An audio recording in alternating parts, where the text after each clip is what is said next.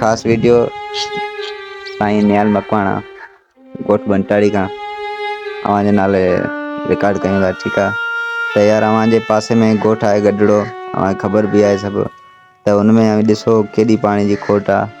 त यार सभु कुझु अव्हां कयो आहे त उनजे हिसाब में हिकिड़ो गढड़े में पाणी जी सहूलियत करे छॾो, तव्हांजी वॾे में वॾी महिरबानी थींदी।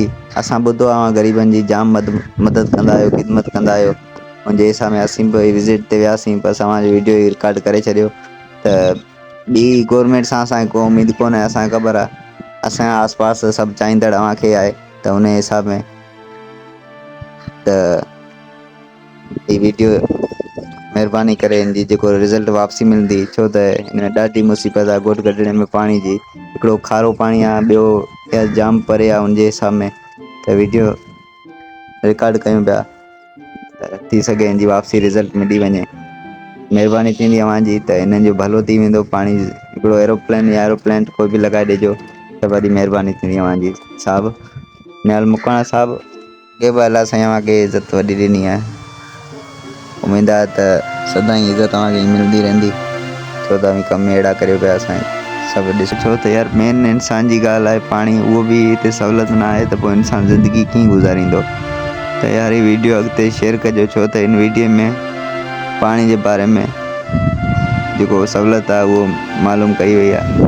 त बराए महिरबानी अव्हां जेतिरो बि थी सघे हिन वीडियो खे अॻिते कजो, छो त यार हे ॾिसो ॻोठाणनि जी केॾी तकलीफ़ आहे।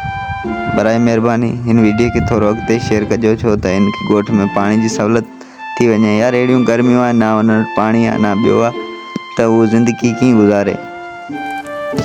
हे ॾिसो छोकिरा पाणी भरनि पिया गर्मी में। यार वीडियो बि रिकॉर्ड कोन पियो थियो ऐं हीअ पाणी बि एॾी मुसीबत सां भरनि पिया। हे ॾिसो केॾी मुसीबत आहे पाणी जी। यार शहर वारनि खे कहिड़ी तकलीफ़ूं, बसि पाणी पीअनि पिया, घर लाइनूं लॻियूं पियूं, हुननि कहिड़ी ख़बर त ॻोठाणनि जी तकलीफ़ छा आहे। जेको सभु वोट वठणु अचनि था, हथ ॿधी हुंडी, यार चयोसीं अव्हांखे हू ॾींदासीं हू ॾींदासीं, कुझु कोन था ॾियनि। बसि पाणी जी वॾी तकलीफ़ आहे यार हिन ॻोठ गढड़े चाढ़ण में। बॉर्डर जे वेझो ॻोठ आहे। बराए महिरबानी पाणी जी सहूलियत ॾेई वञे हिन ॻोठ में। त हीअ ॾिसो केॾी तकलीफ़ आहे, हिन वीडियो मां बि पाण ॾिसी सघो था। असां हुनजे करे हीअ वीडियो रिकॉर्ड कयो आहे। बराए महिरबानी ख़ुदा हिन वीडियो खे अॻिते शेयर कजो, छो त हिन पाणी जी जेको अॻिते पुॼे वीडियो ऐं पाणी जी सहूलियत कई वञे हिन ॻोठ में।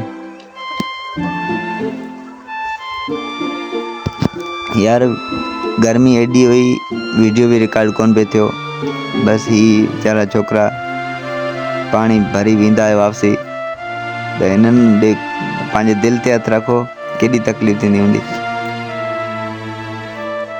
हीअ ॾिसो कीअं पिया भरी खणी अचनि, तकलीफ़ ॾिसो हिननि जी।